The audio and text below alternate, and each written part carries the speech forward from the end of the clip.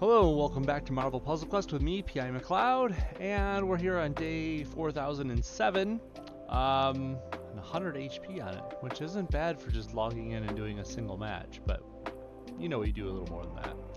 Anyways, we're here today to finally catch up with our due diligence for the week, Crash the Titans.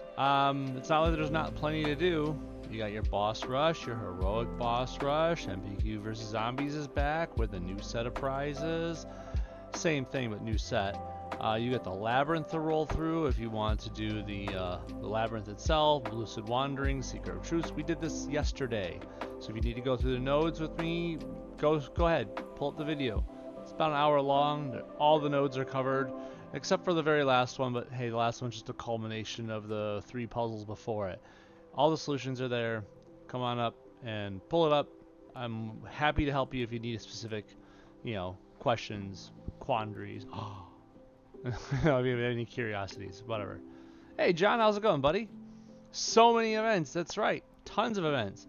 And not to mention, a lot of these, I'm going to say it wrong. Let me rephrase this. In the quest menu, you're going to have tons of daily things. This is all I got left for today's event quests, but that's okay. If you notice, they still have days left on them. I did all the daily ones already, and even though we're just in the midst of a boss and I only have so many boss nodes I can play at a time, I still found it in my capabilities to get X amount of games in with Dupe, or so many matches with Honey Badger, or whatever the case is, right?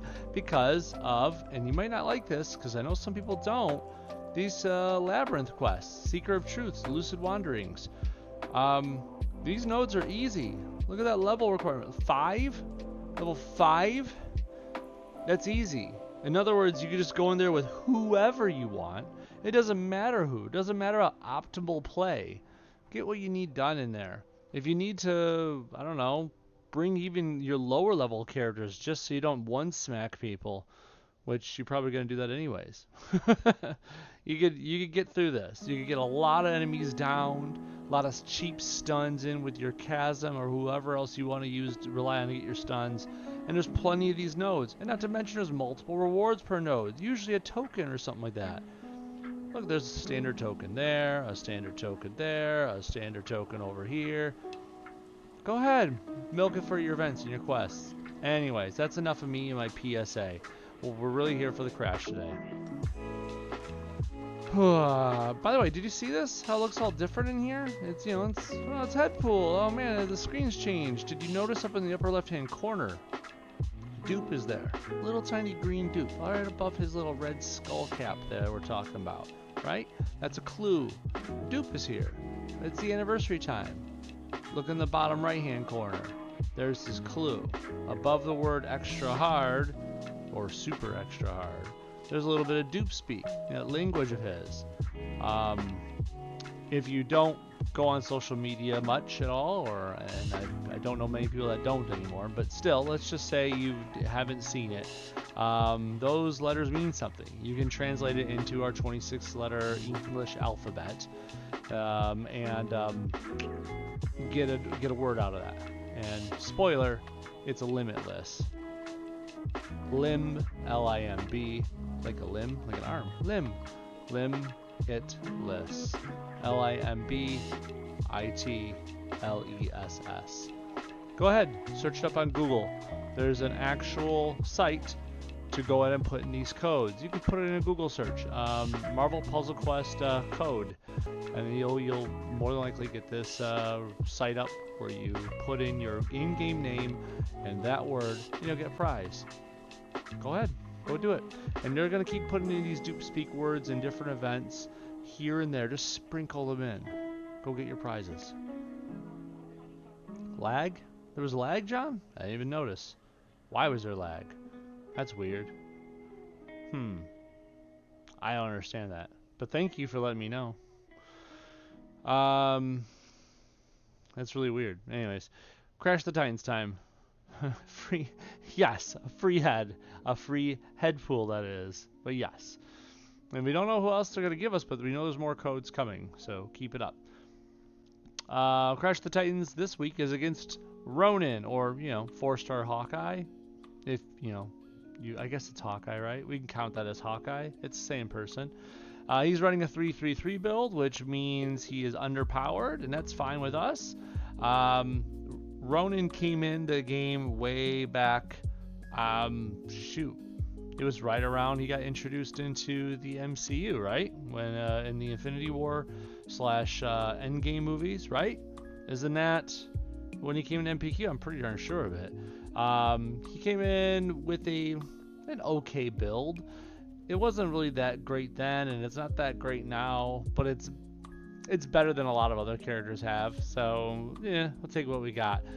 We'll start with some of the passive and cool things about him. His red is a passive. Match a red tile, and he doesn't even have to be the one to match it. Anyone on your team, match a red tile. You're gonna make attack tiles. And if you already have attack tiles out there, he strengthens some attack tiles and then makes more. He's pretty good at making attack tiles and strengthening them, but it has to be on red matches. Kind of like how Dakin does this with making matches on greens, and then he gets strike tiles for it. This guy gets attack tiles on reds. You know, that's pretty much it.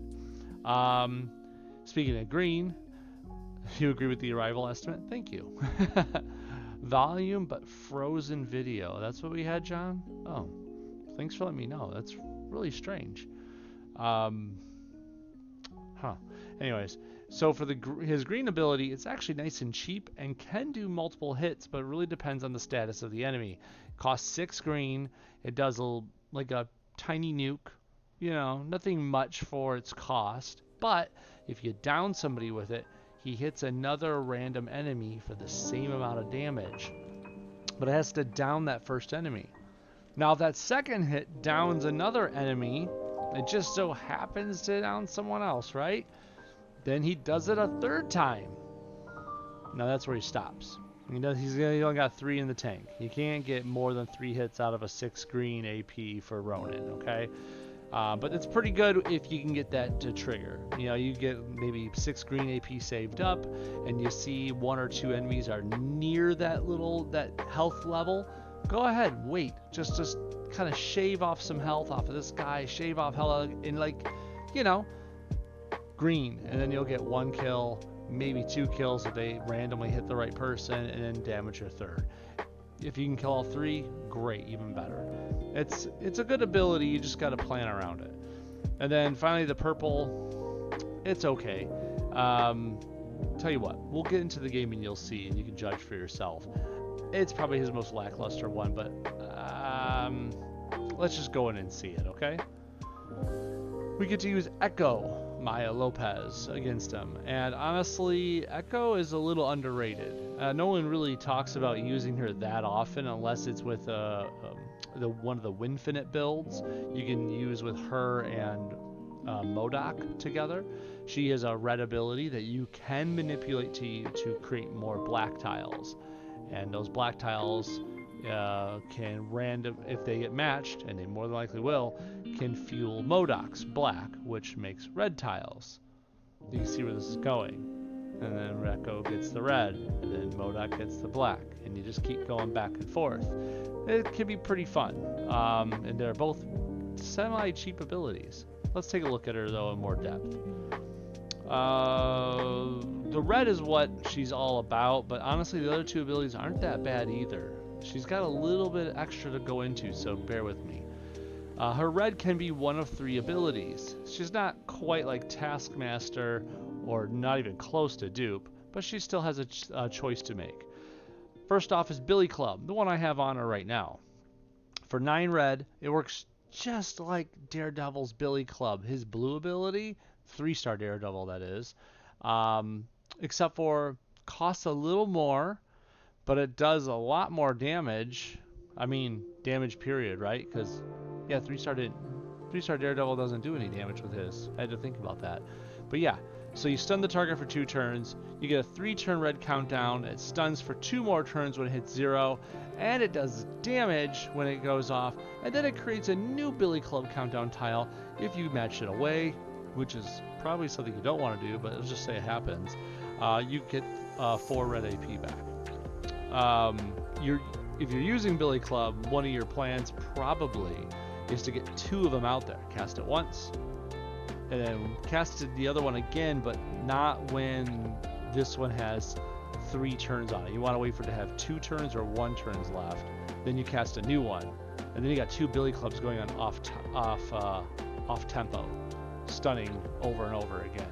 Pretty fun. Let's say you don't want to go with, yes, John, echo. If you don't want to go with the billy club's stun mechanic, you can go for deadly precision. Basically, she copies bullseye move, where for 11 red instead of green, she destroys 5 chosen basic or team up tiles, dealing a good amount of damage. It's not as good as some red nukes, but for the board shake, the selectable board shake and the damage it does, it's not a bad package. Destroy tiles don't deal damage, generate AP, blah blah blah. But hey, you're probably making your own match 5 when you do this, right? Right? I hope you are. Or you can do the Iron Fist of Kunlun, and this is the one where you kind of do the Winfinite with MODOK. For 7 red, and as long as you have less than 12 black, you convert 9 tiles to black. For 7 red, you get 9 black random tiles generated across the board. You're probably getting a random match, aren't you? Probably. If the team has 12 or more black, you deal some damage instead. You're not trying to do that generally. Generally, when people pick this ability, it's to fuel a black ability somewhere else. Enter MODOK. It's really good. Just saying. Okay, you picked your red ability, whichever one you want to use. Now, and I'm not going to judge you one way or the other. They're all good in their own way. Let's move on. Physical Prodigy. I'll put up the 5 so you can see the full extent of it. It is a passive that says her powers and matches deal 95% more damage each time a power is fired by the enemy team, up to a max of 285%. If you're doing the math at home, that means she gets to be pretty strong, like Juggernaut strong. But of course, that means the enemy has to fire powers for that to happen. Does that happen all that often? Nowadays, no. Usually games are over before a lot of powers are fired, but hey, let's just say you're going against some goons, or maybe the match is taking too long. Echo is going to shorten it pretty quick as more matches get fired off. More actions, that is, I'm sorry. At the start of the turn, if Echo is in front, you make a red strike tile as well. So you have a passive strike tile generator, but only if she's in front. It means she has to be your tank. Well, she might be your tank if she gets her damage up enough with that top part of her passive. Or you can just put on a nice support and, try to make her tank that way. I put this down at 3 personally. Not because it's bad. Quite the opposite. It's pretty good. But I like all the options the red gives you, and then this purple is pretty good in my opinion too. Undercover Expert. It is another passive. When you make a match 4 or greater, so just, do what you do any game, right? Echo creates a black or purple enemy trap tile. Means that you can't see it, but it is created out there. When you match or destroy that tile, you deal like a small little mini nuke, right, to the enemy. While one of those trap tiles is on the board, she takes 60% less damage from enemy matches and powers. So just by making a match 4 or greater, you get a trap out there that can do more damage if you stumble into it, and she becomes extra tanky, more like a brick wall. That's pretty cool. So that mixed with the fact when enemies cast powers, she gets stronger. She's actually a pretty darn good character. 1 second here.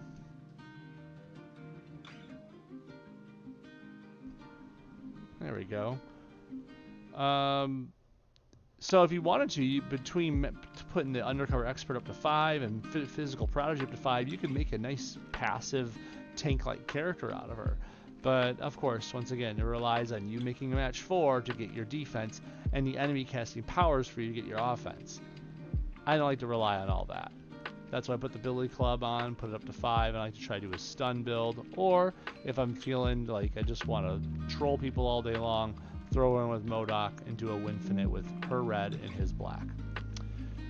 But anyways, we're not doing that today. We're going to go off and kill Ronan. Ready? He's got an LT and we want it. Why do I have this on her? Avengers Tower. Let's see. Chance gain 2 yellow. Probably did that for someone else on my team. Supporter character makes a match. A chance to fortify a friendly special. Might have been good for the Billy Club. When you make a match 4 or greater, create a projectile. That's okay. I mean, I am aiming to make match 4s. And a supporter character's base red match damage is increased. Not bad. I don't really need that on. We're not going to go for that. We're just going to try to do raw echo. Oh, almost forgot. Animations. Every crash. I don't think it'd be a Crash the Titans if I actually remembered this beforehand. Like somewhere in the rulebook it would say that. Okay, ready? Echo versus Ronin. Let's go. Soccer game. Gotta run. See you on YouTube. Hey, see you, John. Good to have you around. Okay, so remember, if we get a match 4 or greater, we're going to take less damage from hit matches and abilities. So we got to look out for those if you weren't already. I'm probably already missing one, but I see a nice juicy red, and I want it. Oh, we said we'd look at his purple. Let's take a look. He got his red passive off, though. Disabling blow. For 11 purple, stuns the target for a turn. Deals some really minor damage for the cost here, right? To the target, and if one doesn't exist, put a 3-turn countdown tile down that stuns the target for 1 turn at the start of each turn it's on the board. In other words, it'll stun someone for 1 turn over and over again until it leaves the board. If you have someone to increase the countdown on the amount of turns on a countdown, that would affect it. Maybe like, I don't know, Kang. If you're best friends with Kang over here, he could increase the timer on it with those abilities of his. Or if you're really feeling froggy, throw in Bagman. I don't think you are. But yeah, stuff like that where you can increase the timer and countdown, it would keep the stun rolling. No, I don't raise it up to 5. It costs too much to get rolling here. This thing only costs 6, and it can nuke not just once, but twice or 3 times if you plan it out right. And the red is actually really nice ongoing damage. You get a good amount of use out of it as long as you're aiming for those reds. If there's a problem with it, it's the fact that he doesn't actually use the red AP he gets, so you're stockpiling it for nothing, unless you have a teammate that wants to use it. But, you know, that depends on what you're building them like. Anyways, back to the game, right? We want a match 4. And I don't see one. The only AP we're really going to use is red. So let's just get rid of some of these attack tiles. Of course, they get a match 4.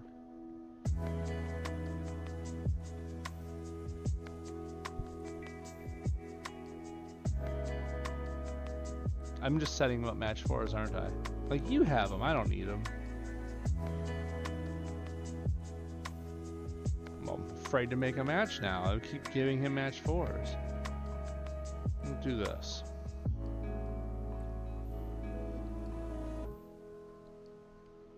Oh, he fired a power off. That means we got stronger. What do I take here? She's strongest on red. Oh, there's a black. If I match this yellow, the black comes down and matches. I wanted to get the, her strong one out. I'm going to get rid of my strike tiles, unfortunately, because I need that red AP to get things rolling. And I'll take that match 4 into the red AP over there. So now I have my defense out in the form of that trap tile. At least I think I do. We don't really know if the enemy matches it away until it tells us. So we're just assuming we still have it. Billy Club. Bam. Just right in the face. That's where those things go. We'll take that.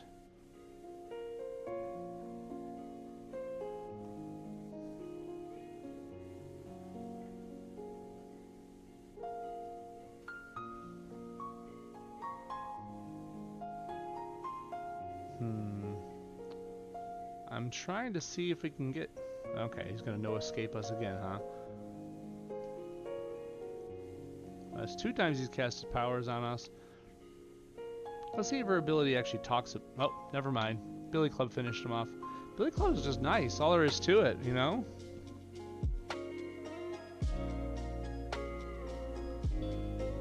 Alright. And the LT is ours. Remind me later. Thank you very much. Okay. That's it. We only had the 1 node to go up against, just Ronin. And Echo took care of him pretty handily. I'm not saying Echo is better than Ronin, but she is. But anyways, that's it for now. Our Crash the Titans is done for the week. Don't forget, if you need any help with Quandary, the Labyrinth, bosses, just hit me up on a message here on Twitch, YouTube, Facebook. You get it, right? Reddit, Discord, heck, Xbox. My name's good at all those places, okay? Thank you very much for watching. Thanks for joining me, John, and I will see you guys really soon, at the latest Sunday, for the Heroic Mode boss run, 4 stars and under only. Okay? Have a good one. Talk to you later.